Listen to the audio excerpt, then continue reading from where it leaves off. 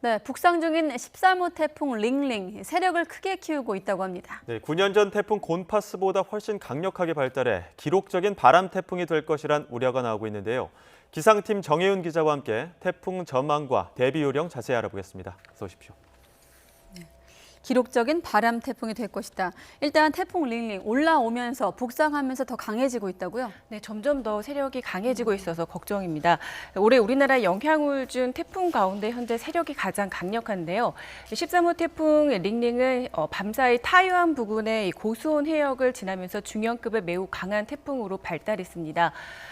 태풍은 주말 새벽쯤 제주도 서쪽 해상을 거친 뒤에 서해를 따라 북상할 것으로 예상이 됩니다. 네. 주말 저녁쯤에는 북한 황해도 부근에 상륙을 한 뒤에 북한 내륙을 동서로 관통할 것으로 전망이 됩니다. 이에 따라서 전국이 태풍의 직접 영향권에 들면서 강한 비바람이 몰아칠 것으로 예상이 됩니다.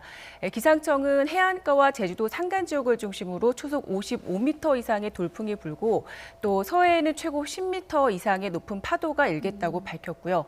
또 제주도와 남해안, 또 서쪽 지방을 중심으로는 최대 300mm 이상의 폭우가 쏟아질 것으로 보이기 때문에 철저한 대비가 필요한 상황입니다. 예, 9년 전에 피해가 컸던 이 태풍 곤파스 기억하시는 분들 많을 텐데 이 네, 곤파스와 맞습니다. 진로가 비슷하다고요? 네, 맞습니다. 현재 태풍 링링이 서해로 말씀드린 것처럼 진입할 것으로 예상이 되고 있는데 이 진로를 봤을 때 2010년의 태풍 곤파스 그리고 2002년도에 북상했던 태풍 뿌라비룬과 비슷합니다. 이렇게 서해를 따라 이동하는 태풍의 경우에는 대부분 비보다는 바람 피해가 더 컸습니다. 그래픽을 좀 준비를 했습니다. 뿌라비룬 때는 전남 흑산도에서 초속 58.3m의 폭풍이 관측이 됐습니다. 그리고 곤파스 때는 이 전남 홍도에서 초속 52.4m의 순간 돌풍이 기록이 됐고요. 달리는 기차가 탈선을 하고 또 큰 나무가 뿌리째 뽑힐 수 있는 강력한 위력을 지닌 바람입니다. 특히 이번 태풍 링링의 경우는 곤파스와 뿌라비룬보다도 이 서해안에 더 근접해서 움직일 것으로 보이기 때문에 세력이 더 강하다고 볼 수가 있습니다. 기상청은 이 태풍 링링이 과거 두 태풍의 강풍 기록을 넘어설 것이다. 현재 이렇게 예상을 하고 있고요. 9년 전 태풍 곤파스의 경우 6명의 사망자가 났고 또 1,670여 원의 큰 재산 피해를 남겼습니다. 네, 그때 기억이 또 나기도 하고 지금 정 기자가 설명할 때 달리는 기차가 탈선하고 큰 나무가 뿌리채 뽑혔다 그 당시에 네, 얘기를 맞습니다. 했거든요. 그럼 이번에는 지금 보면 호우에다 기록적인 강풍까지 가세하면 더 위세가 클 텐데 위력이 어느 정도입니까? 강풍의 위력이? 네, 일단 좀 태풍을 기준으로 좀 설명을 드리면 네. 태풍의 중심 풍속이 초속 17m 이상일 때 비로소 태풍으로 불리기 시작합니다. 현재 태풍 링링의 경우는 중심 풍속이 50m에 육박을 하고 있기 때문에 매우 강한 태풍으로 현재 발달을 한 상태입니다. 이 정도의 바람이 어떤 세기를 가지느냐가 사실 가장 궁금하실 겁니다. 그래픽으로 저희가 준비를 했는데요. 네. 좀 상황별로 좀 보시죠. 자, 보통 초속 10m 이상의 바람이 불면은 들고 있는 우산이 좀 부러질 정도입니다.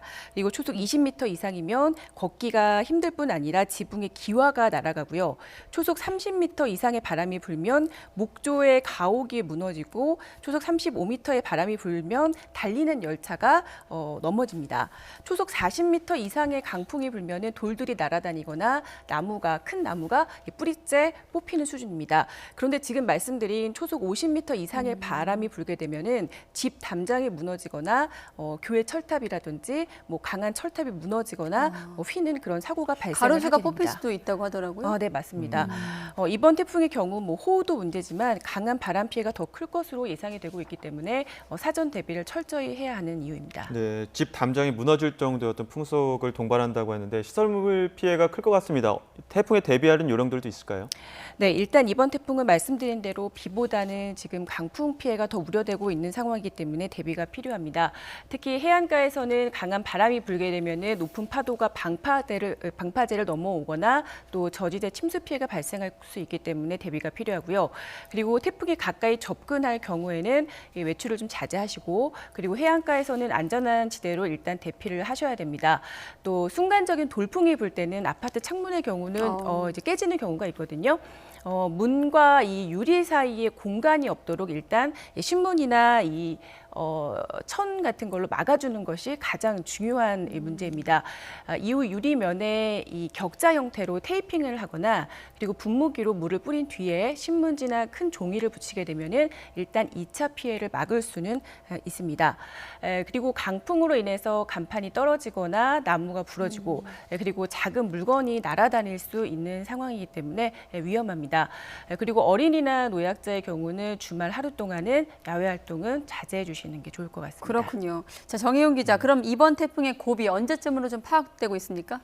네, 태풍은 이번 토요일에 한반도를 지나갈 것으로 예상이 되고 있습니다. 따라서 토요일 새벽부터 오전까지는 제주도와 남부지방이 최대 고비가 되겠고 토요일 오후부터 밤까지는 중부지방이 고비를 맞을 것으로 예상이 됩니다.